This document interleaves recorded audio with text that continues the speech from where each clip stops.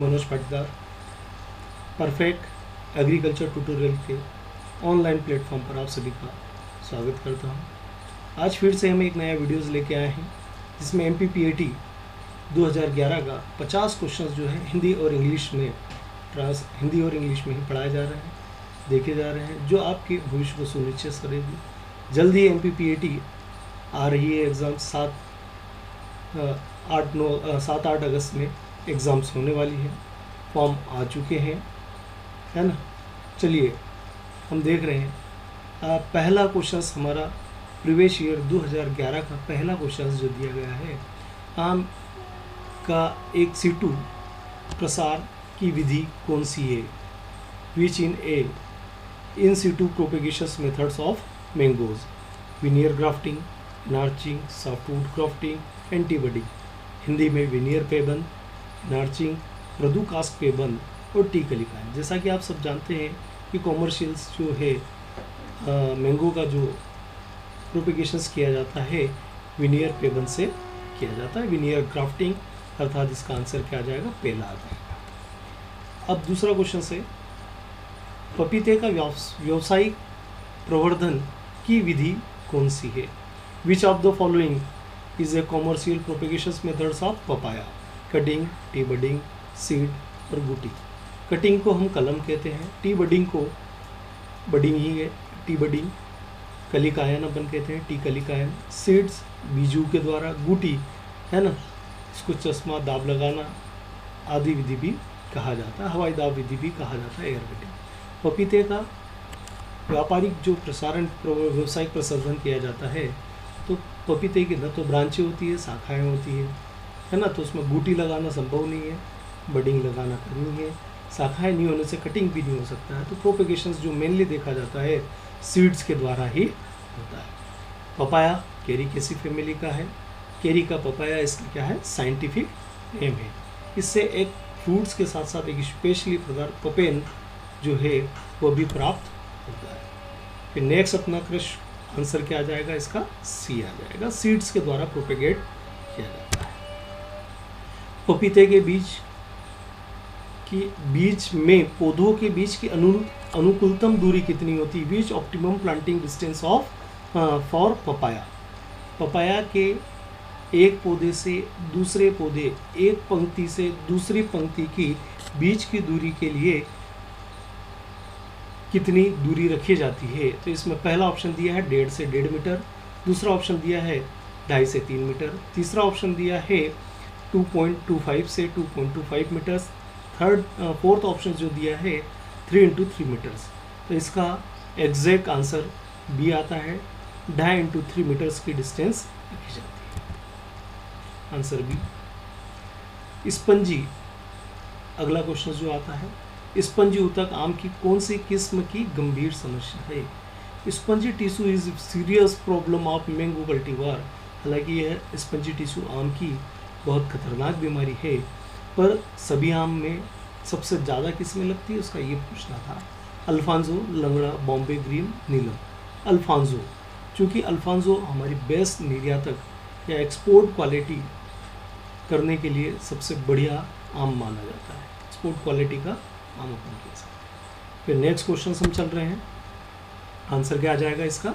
Spongy tissue से सबसे गंभीर समस्या अल्फांजो की है। निम्नलिखित में से कौन सी आम की नियमित फलन वाली किस्म है? Which of the following is a regular bearing variety of mango.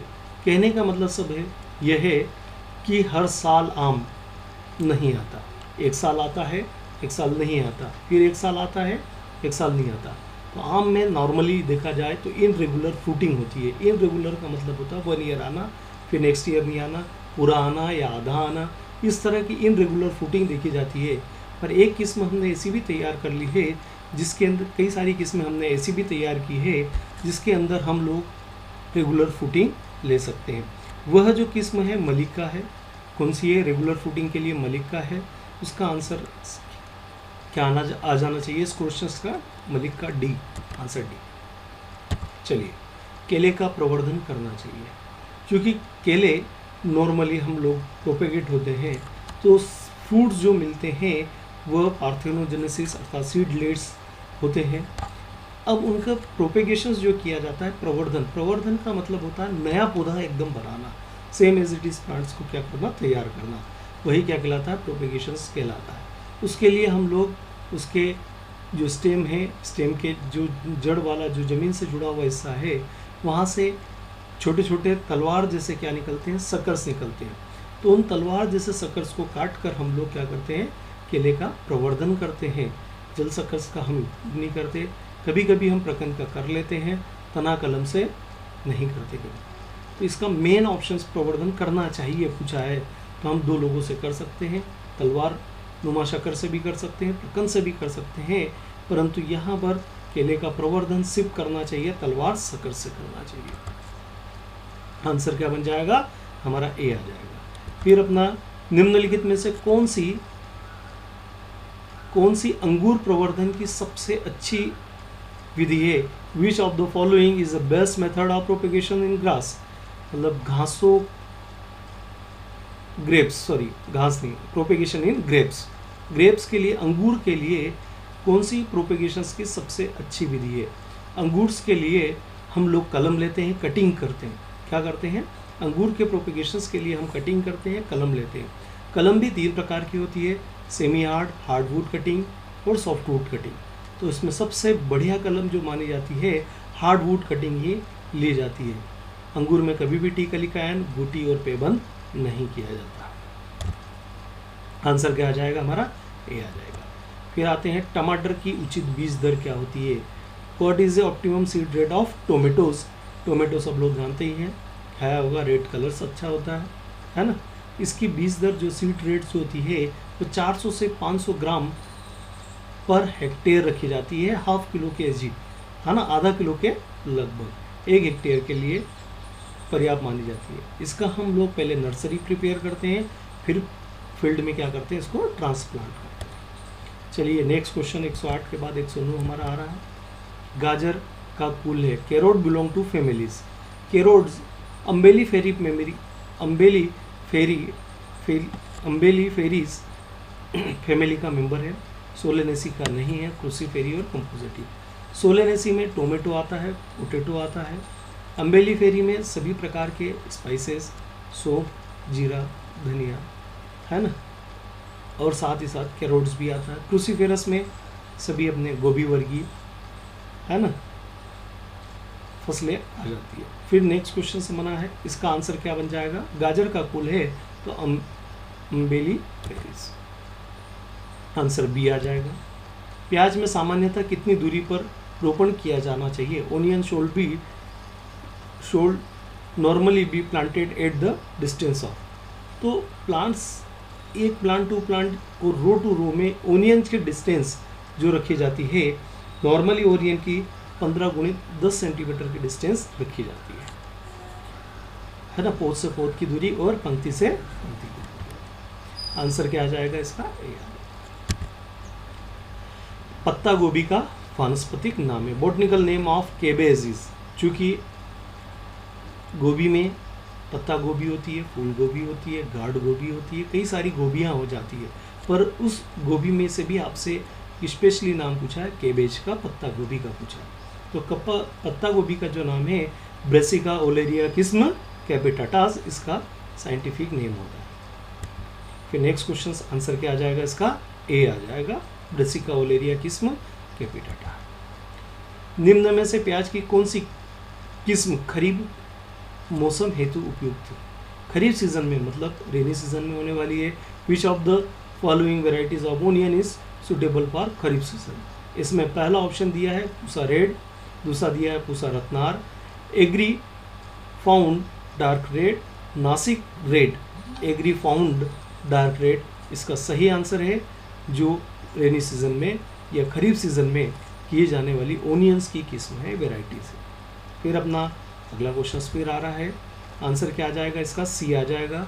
Next question हमने बोला सब्जियों की डिब्बाबंदी की जाती है, वेजिटेबल आर कैंड इन। कैसे कैंड? कैंड का मतलब होता है ना, कि मेटल्स के डिब्बों के अंदर जो होते हैं, धातुओं के डिब्बों के अंदर हम वेजिटेबल को प्रिवेंट करते हैं, लंबे समय तक खराब होने से बचाने की जो प्रक्रिया है उसको हम कैंड कहते हैं। और कैंड में हम कंटेनर का यूज़ करते हैं। उन कंटेनरों के लिए मेटल यूज़ किया जाता है। तो कंटेनर आर एनामिल हो सकते हैं, सी एनामिल हो सकते हैं, कई सारे तरह के हो सकते हैं, है ना। सब्जियों के अंदर पूछा जाता है, डिब्बाबंदी की जाती है। तो उस कंटेनर के अंदर सब्जियां जब हम डालते हैं तो उसको ख़राब होने से बचाने के लिए हम लोग उसमें कुछ सॉल्यूशंस डालते हैं, जो विलियंस डालते हैं, साइरप डालते हैं। तो चीनी की चाशनी डालने से सब्जी मीठी हो जाएगी, तो हम कभी भी इसका यूज़ नहीं करेंगे। डिस्टिलेटेड वाटर, आश्वित जल भाप के द्वारा बना हुआ पानी, प्योर वाटर भी अपन कह सकते हैं, है ना। आश्वित जल, इसका यूज़ हम करेंगे नहीं, नॉन ऑफ दिस हो नहीं सकता। नमक के घोल का, ब्राइन सॉल्यूशंस का हम यूज़ इसमें करेंगे। तो इस 113 का जो आंसर बन जाता है वो बन जाता है नमक का घोल। फिर नेक्स्ट अपना प्रश्न आता है, पूसा पर्पल लॉग व पूसा क्रांति उन्नत किस्में। Pusa purple long and Pusa Kranti are the improved varieties. Purple जैसे ही नाम आता है तो दिमाग में एक बात बिठा लेना है, पर्पल कलर बैंगन का होता है, तो उसी की यह वेराइटीज़ है। टमाटर की नहीं है, लौकी की नहीं है, मिर्च की नहीं है, बैंगन की नहीं, बैंगन की वेराइटीज़ है ये दोनों। चलिए, तो आंसर क्या आ जाएगा हमारा? डी। अब आता है अपना नेक्स्ट क्वेश्चन, भिंडी में गर्मी के मौसम में उपयुक्त बीज दर। अब यहाँ पर एक बात ध्यान रखना है, पूछा है भिंडी की सीड रेट हर सीज़न में अलग अलग होती है, खरीफ में अलग होती है ना, जायद में अलग होती है और गर्मी में अलग होती है, समर में अलग होती है। तो जायद का पूछा गया है इसमें, तो आंसर क्या आ जाएगा हमारा? 18 से 20 किलोग्राम आ जाएगा। यदि यही प्रश्न यदि पूछ लेते कि खरीफ में या रबी का पूछ लेते, उस दौरान हम लोग इसकी बीज दर को कम रखते। इसकी बीज दर जो हम रखते हैं वह 10 से 12 किलोग्राम प्रति हेक्टेयर रखी जाती है। कितनी रखी जाती है? 10 से 12 किलोग्राम प्रति हेक्टेयर तक रख सकते हैं। चलिए, इसका आंसर हमारा जो बन रहा है, गर्मी के लिए पूछा गया है, तो 18 से 20 किलोग्राम प्रति हेक्टेयर बीज दर रखी जाती है। आंसर सी है। फिर अगला क्वेश्चन हमारा आ रहा है 116, निम्न में से कौन सा कारक मिर्च में पर्णकुचन विषाणु के प्रसारण के लिए उत्तरदायी है ना। विच of the following agents is responsible for transmission of leaf curl virus on chillies. जैसा कि आप सब जानते हैं, वायरस खतरनाक होते हैं। आज के दौर में भी कोविड-19 वायरस चल रहा है जो काफ़ी नुकसान हम लोगों को पहुंचा रहा है। यहाँ पर तो वो कहीं ना कहीं हम लोग एक दूसरे के कांटेक्ट में आने से क्या हो रहा है, टच में आने से सोशल डिस्टेंसिंग मेंटेन करना है, मास्क लगाना है। पर यहाँ पर जो वायरस जो फैलाया जा रहा है इस क्वेश्चंस के अंदर, मिर्च के अंदर, वह इसमें दिया हाउस फ्लाई, घरेलू मक्खी जो होती है, मधुमक्खी हनी बी, वाइट फ्लावर दिया गया, सफ़ेद मक्खी, जीवाणु या बैक्टीरिया। तो जीवाणु बैक्टीरिया तो पॉसिबल ही नहीं है, उसके द्वारा विषाणु फैलाया नहीं जा सकता है क्योंकि वो एक अलग ही है। तो फिर हमारा आंसर बन जाता है घरेलू मक्खी, मधुमक्खी या सफ़ेद मक्खी। तो उसके अंदर से सफ़ेद मक्खी ही क्या करती है, विषाणु का प्रसारण के लिए रिस्पॉन्सिबल है, ट्रांसमिशन के लिए जिम्मेदार है। फूल गोभी में भूरेपन का कारण क्या है? Browning is a cauliflower is due to. क्योंकि ये प्रश्न बार बार आ रहा है, कोई एक बार नहीं आया है, 2010 में भी ये पीएटी में पूछा गया क्वेश्चन से, एमपी पीएटीज में ये रिटर्निंग क्वेश्चन से बार बार आता है ना। बोरान की कमी से पहला फूल गोभी में भूरेपन का रोग का कारण है बोरान की कमी, मोलिब्डेनम की कमी, जिंक की कमी, नत्रजनन की कमी, डिफिशियंसी ऑफ नाइट्रोजन। नत्रजन का मतलब नाइट्रोजन होता है, मोलिब्डेनम की डिफिशियंसी, और जस्ते की कमी, जिंक की डिफिशियंसी, बोरान की कमी। तो फूल गोभी में भूरेपन का ब्राउनियन बोरान की कमी की वजह से होता है। तो आंसर हमारा क्या आ जाएगा? ए आ जाएगा। मिर्च में तीखापन किसकी उपस्थिति के कारण होता है ना। मिर्च में तीखापन, चरपराहट जो होती है वो किसकी वजह से होती है? तो इसमें पहला ऑप्शन दिया है कैप्साइसिन दिया है, दूसरा ऑप्शन सल्फर दिया है, तीसरा कुकुरबिटेसिन दिया है, चौथा ऑप्शन लाइकोपिन दिया है। टमाटर का रेड रंग लाइकोपिन के कारण होता है। कुछ ककड़ियों में इनमें कड़वाहट कुकुरबिटेसिन की वजह से होता है, और मिर्च में तीखापन जो होता है वो कैप्साइसिन की वजह से देखा जाता है। तो आंसर हमारा क्या बन जाएगा? ए बन जाएगा। अगला क्वेश्चन से 119, पेबंद में पौधों के ऊपर वाला हिस्सा कहलाता है। In grafting upper part of plant in नावेज। देखो ग्राफ्टिंग के दौरान हम दो लोगों का इस्तेमाल करते हैं, एक स्टॉक रहता है और दूसरा सियोन रहता है।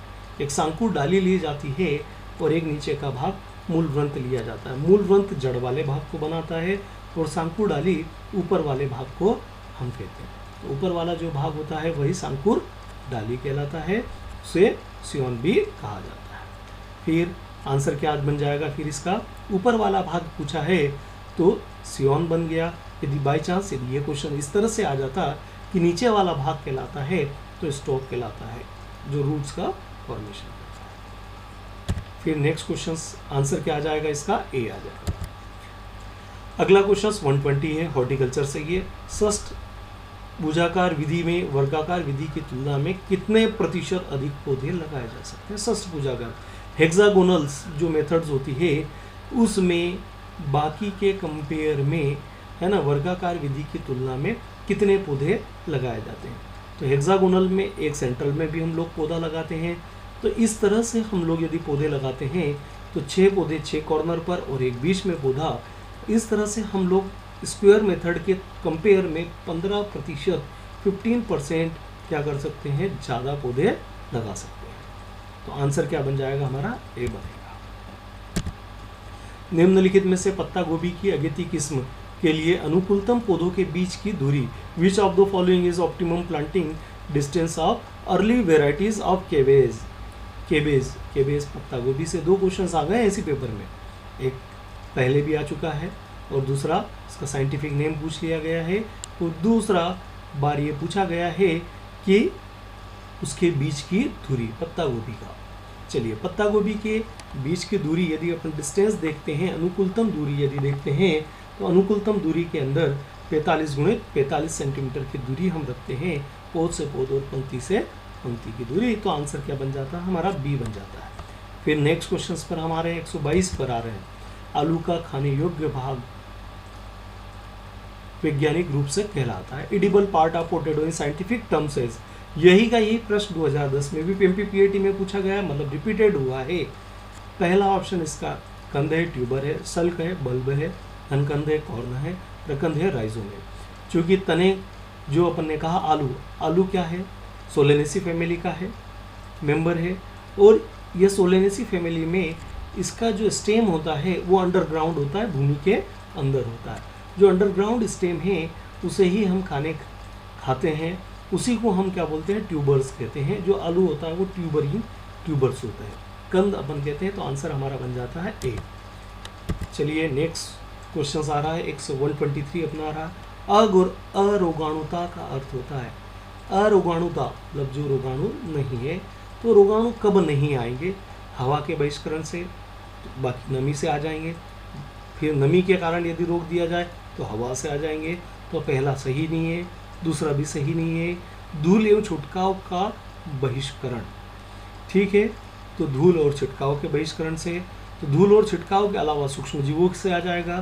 तो फिर हमारा आंसर लास्ट बचता है इन तीनों से। तो यदि एक को हटाया तो दूसरे से, एक को हटाया तो दूसरे से आ जाएगा, पर बिल्कुल रोग आने नहीं देने हैं। तो रोगों का मुख्य कॉज क्या होता है, माइक्रो ऑर्गेनिज्म, सूक्ष्म जीवों का बहिष्करण यदि कर दिया जाए तो आप ये मान के चलना रोग नहीं होंगे। आंसर क्या हो जाएंगे, डी। श्रेष्ठ जेली बनने के लिए फल में रस कितना पेक्टिन होना चाहिए। पेक्टिन को चूंकि हिंदी में असिलेसी भी कहते हैं, क्या कहते हैं, असिलेसी भी कहते हैं।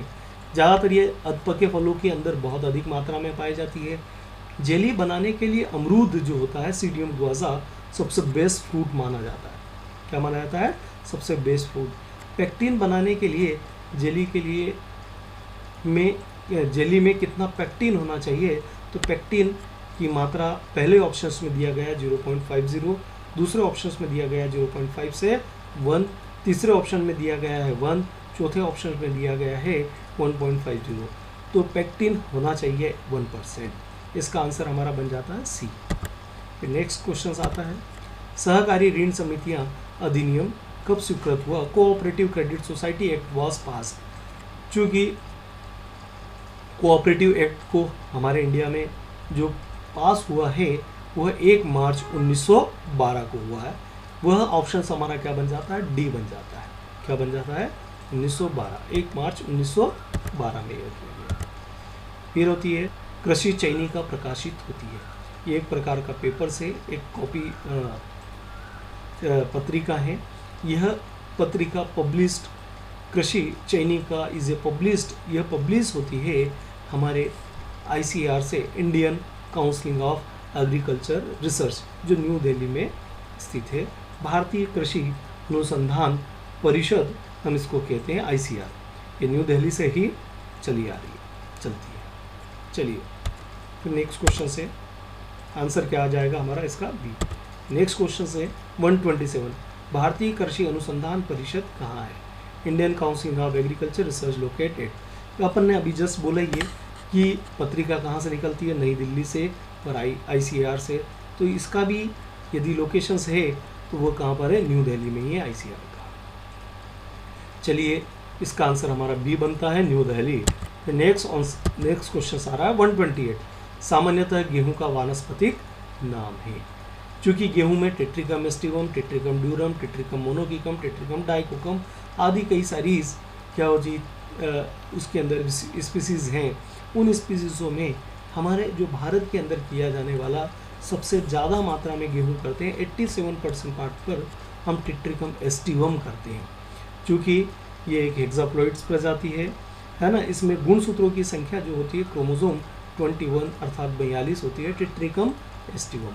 सामान्य गेहूं का वानस्पतिक नाम टेट्रिकम एस्टिवम है।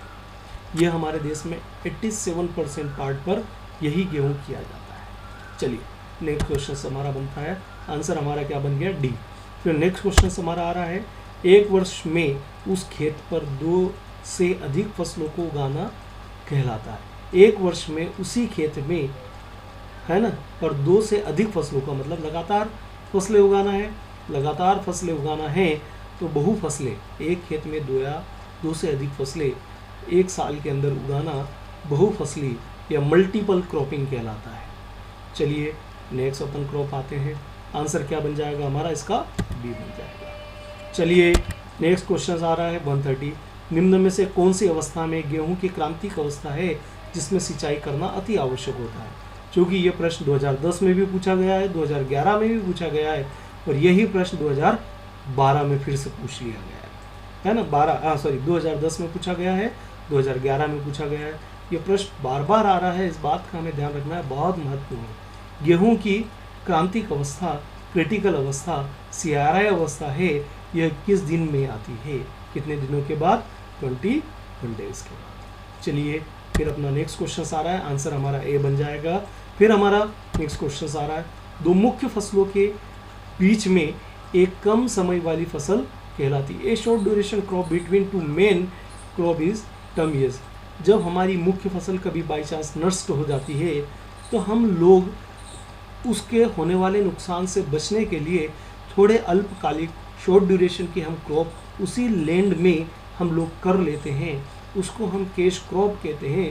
कैश क्रॉप में शॉर्ट ड्यूरेशन 60-70 100 दिन, 50-60-70-80 दिन की फसलें आ जाती है, ताकि हमारा क्रॉप रोटेशन या हम अन्य प्रोग्रामिंग जो हमने कंटिन्यू स्कीम्स बना रखी है उन पर उसका कोई इफेक्ट न जाए।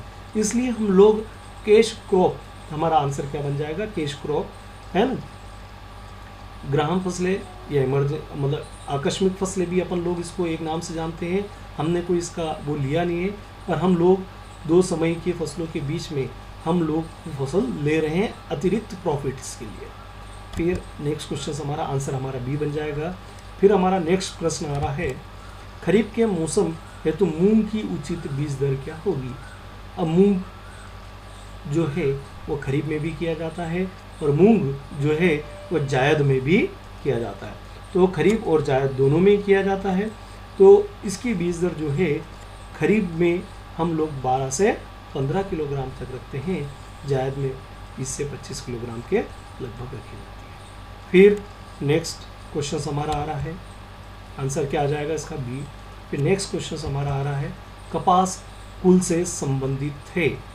कपास, cotton belong to family malvaceae compositae cruciferae linaceae. Malvaceae family के अंतर्गत कपास आता है।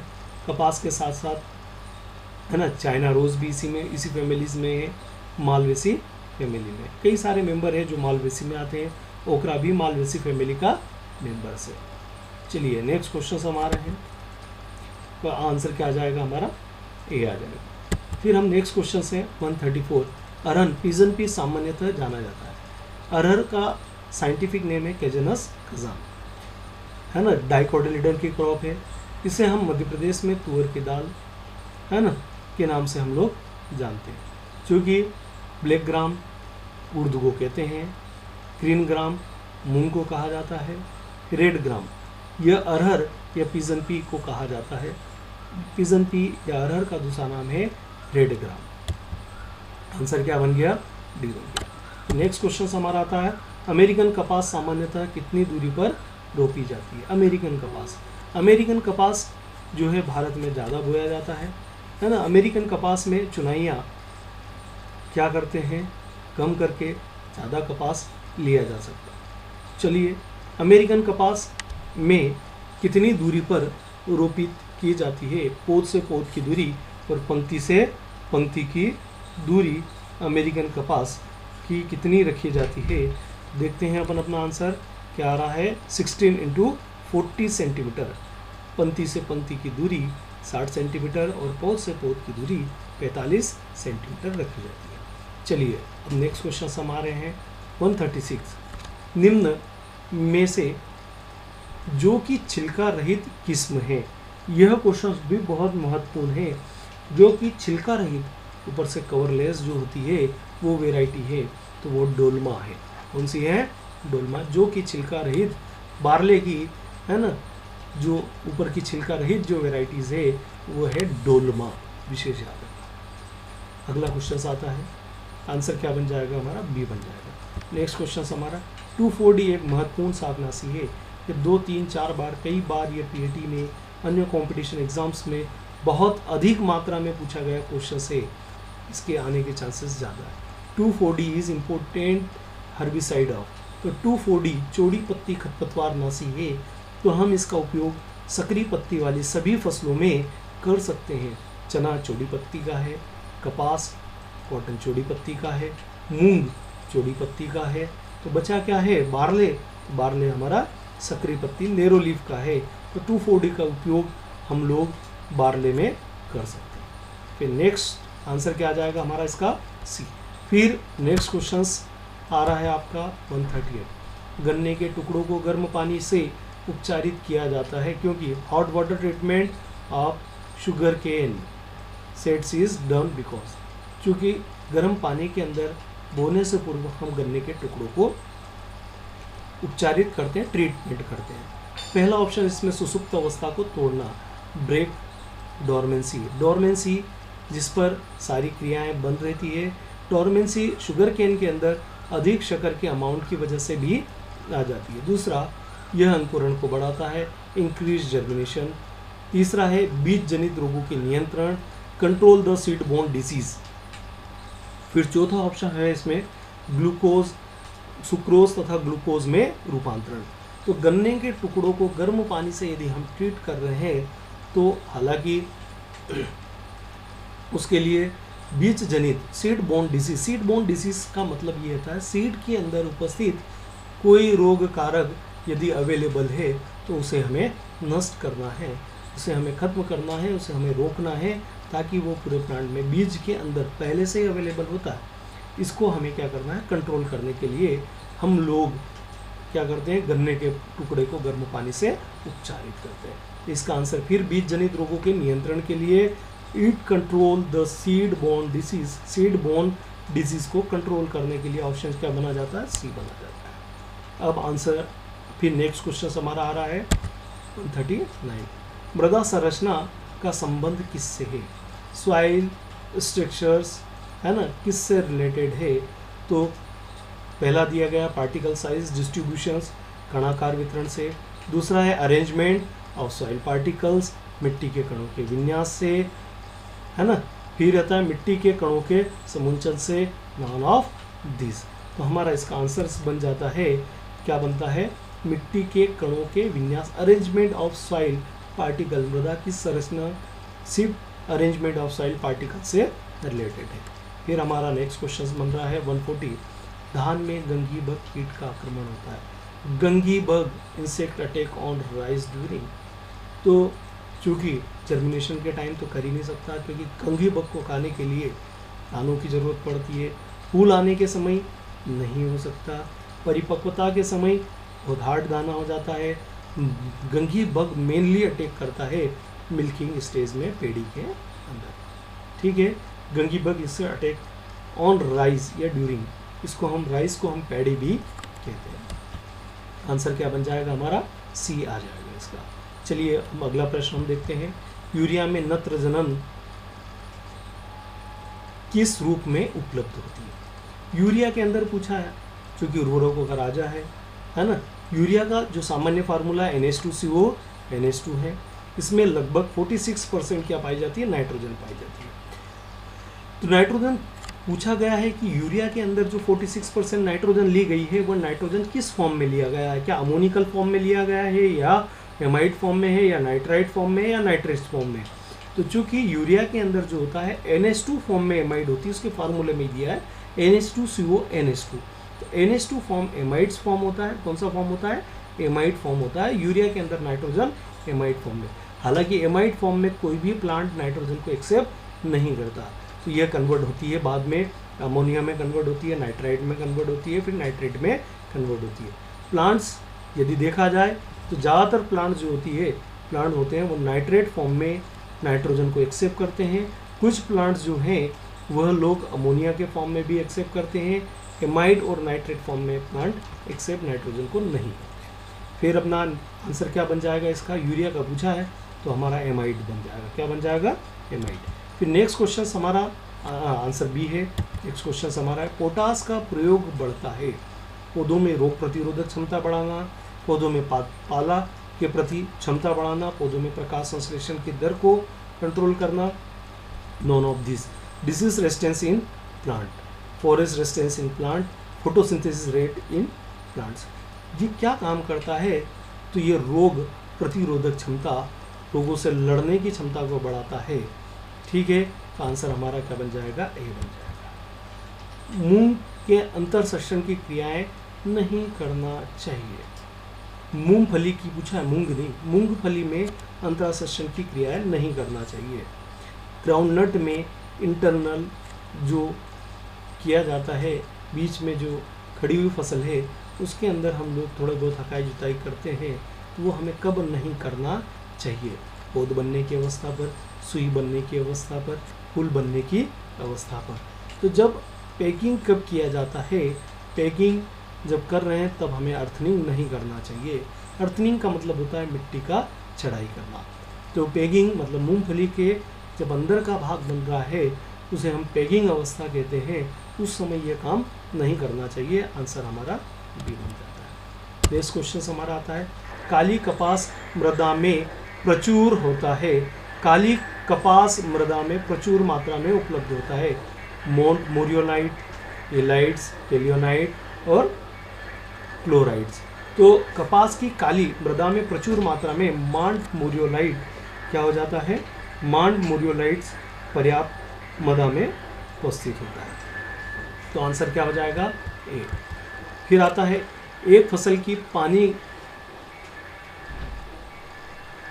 की आवश्यकता संबंधित होती है। एक फसल की पानी की आवश्यकता, water requirement of a crop related to, इसके वाष्पोत्सर्जन से, इट्स वेपर ट्रांसपिरेशन अवशोषण से, एब्जॉर्बेशन कोफिशिएंट से, इसके तीसरा है इसके शुष्क पदार्थ की मात्रा से, इट्स ड्राई मैटर कंटेन, मृदा के खनिज में, सॉइल मिनरल से।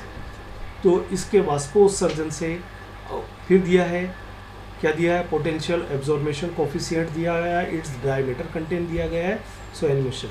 तो किससे संबंधित है, तो आंसर अपना फसल पानी की आवश्यकता, तो पानी की आवश्यकता होती है, आंसर वेपोराइजेशन आएगा, क्या आएगा, वेपोराइजेशन से संबंधित है, वाष्पोत्सर्जन से संबंधित है। आंसर हमारा ये है। अल्पतम भू परिष्करण प्रक्रिया के द्वारा फसलों को उगाना कहलाता है ना। मतलब कम से कम भू परिष्करण करें तो और फसलों को लगातार उगाएं। तो इसके अंदर प्राथमिक भू परिष्करण, द्वितीयक भू परिष्करण, शून्य भू परिष्करण, कौन सा परिष्करण आता है? तो शून्य भू परिष्करण, इसके अंदर जीरो टिलेज, कम से कम करना, जीरो ही टिलेज के अंतर्गत आता है। तो आंसर क्या आ जाएगा हमारा? जीरो टिलेज, है ना, शून्य भू परिष्करण। फिर नेक्स्ट क्वेश्चन आ रहा है हमारा, आंसर बी आ गया 147। सोयाबीन में तेल होता है। तो सोयाबीन में दो बातें हमें विशेष ध्यान रखनी है। सोयाबीन के अंदर तेल की मात्रा 20% होती है। कितनी होती है? 20% होती है। पर प्रोटीन इसमें 40 से 42 होता है। यही आंकड़ा यदि हम उल्टा कर दें तो मूंगफली के लिए भी बन जाता है। मूंगफली में नॉर्मली तेल जो होता है 40 से 42 हो जाता है, तो प्रोटीन 20 से 22 हो जाता है। तो हमें इस बात का ध्यान रखना है। सोयाबीन की बात की है तो सोयाबीन में 20% क्या होता है? तेल होता है, और 40% तक प्रोटीन पाया जाता है।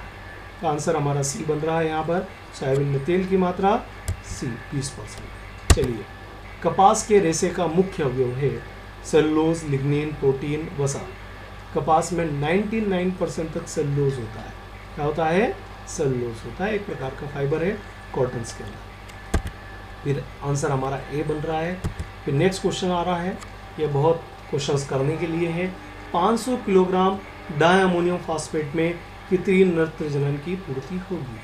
How much nitrogen will be, है ना, सप्लाइड बाय 500 kg डायमोनियम। मतलब 1 हेक्टेयर में यदि हम लोग 500 किलोग्राम नाइट्रोजन डाल रहे हैं, 500 किलोग्राम DAP डायमोनियम फॉस्फेट यदि डाल रहे हैं, तो उससे हमें कितनी नाइट्रोजन मिल पाएगी?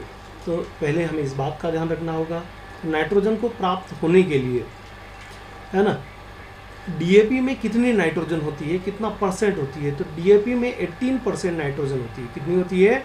18% होती है। तो 500 किलोग्राम हम नाइट्रोजन दे रहे हैं, तो 500 किलोग्राम नाइट्रोजन दे रहे हैं, और उस 500 किलोग्राम में 18% नाइट्रोजन होती है। तो 500 गुणित आप क्या करेंगे? 18 करेंगे, डिवाइड बाय क्या कर देंगे? 100 कर देंगे, आपका आंसर आ जाएगा। तो 00 से 00 फिनिश हो गई है। बचा क्या है? 18 × 5 बचा है आपका। तो 18 गुणित 5 करेंगे, तो इसका आंसर हमारा 90, मतलब 19 किलोग्राम हमें नाइट्रोजन मिल पाएगी। 500 किलोग्राम नाइट्रोजन के लिए बी वाला ऑप्शन सही है। हालांकि बोर्ड पर करने योग्य क्वेश्चन था ये, पर फिर भी आंसर से आप सेटिस्फेक्शन मैंने एक्सप्लेन कर ही दिया है। निम्नलिखित में से मक्का की संकुल किस्में कौन सी है? शक्ति, डेक्कन 103, VL 40, गंगा 11। मक्का की संकुल किस्में कंपोजिट वेराइटीज ऑफ मेज, है ना। मक्का में संकर भी है, हाइब्रिड्स जिसको अपन कहते हैं, है ना, देसी भी है, कंपोजिट वेराइटी। पर यहाँ पर पूछा हमने कंपोजिट वेराइटी, तो शक्ति यहाँ पर कंपोजिट वेराइटीज है। जैसा आप सभी ने देखा, अभी तक के हमने क्रॉप के सारे 50 क्वेश्चंस हल किए हैं, 100 से लगाकर 150 तक। यह क्वेश्चंस 2011 MPPAT में पूछे गए हैं। सारे क्वेश्चंस अच्छे हैं, बहुत अच्छे पूछे जा रहे हैं। कुछ क्वेश्चंस रिपीटेड होते हैं जो महत्वपूर्ण हैं, हम लोगों की तैयारी में यह भागीदार होगी। फिर इसी के साथ मैं नेक्स्ट वीडियो अगले एक आध दिन में ही लेके आने वाला हूँ। 50 क्वेश्चंस एनिमल्स के क्रॉप के डाल दिए जाएंगे। फिर हम कंटिन्यू 2-3 दिन तक एनिमल्स के वीडियो डालते जाएंगे। इस तरह से हर पेपर अपना 2011, 2012 फिजिक्स के, केमिस्ट्री के, MPPAT की संपूर्ण तैयारी इसके साथ हो सकती है। साथ ही ARS, GRF, है ना, IRS आदि, ARS आदि सभी एग्ज़ाम्स को आप तैयार कर सकते हैं। Thank you all of you.